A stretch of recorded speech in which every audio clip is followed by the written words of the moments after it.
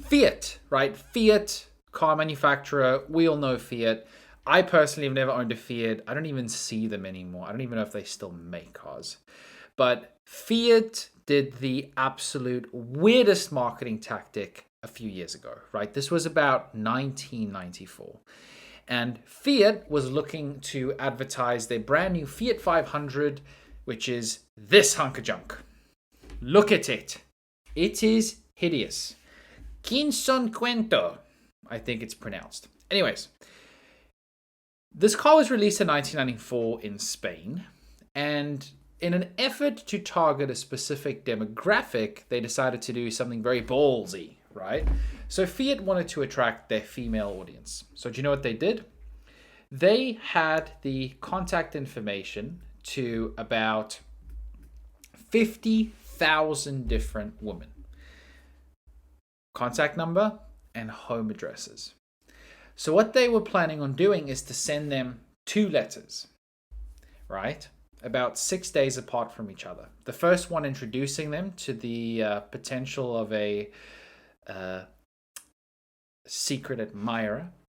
And then the second one inviting them out to a date, which would then be a Fiat dealership. Sounds like a pretty good idea at face value, right? It's like, oh, okay, that could be cute. You could have somebody get to go, oh, do I have a secret admirer? And then, boof, it turns out to be a Fiat salesman who just wants to sell you something. It's like, oh, okay, it's kind of funny. At least it got my interest and I'm thinking about it and it got people talking, right? So they did a love letter marketing campaign. And when you take more than 5 seconds to think about it, you kind of think to yourself, but this could go really wrong, right? And this was 1994 even. If it happened in today's time, women would be so freaked out. But even in 1994, this sparked outrage. So, listen to this. Could you imagine being a woman who might live by yourself? And then the one day, out of the blue, you get this letter that's printed on a pink piece of paper. And I quote, "Yesterday, we saw each other again.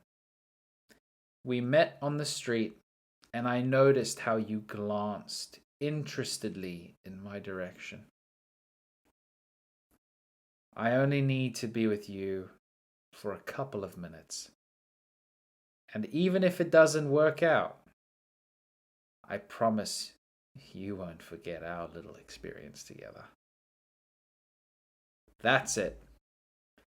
No mention of Fiat, no mention of a car, no nothing. Just straight up this. How terrified would the average woman be by getting something like this? Fucking scared shitless. Which is super justified, right? So they were trying to go for this like sexy feeling, They were kind of like trying to trigger curiosity and love and romanticism. But this is what ended up happening. The recipients of the letters became extremely confused and very scared. Some women stopped leaving their house because they were so terrified that some man had her home address. She had made eye contact with him very briefly, and he is now saying things like, "I only need to be with you for a couple of minutes." Some reported it to police. And a lot of the women, oh my gosh, a lot of the women needed somebody to escort them to and from work.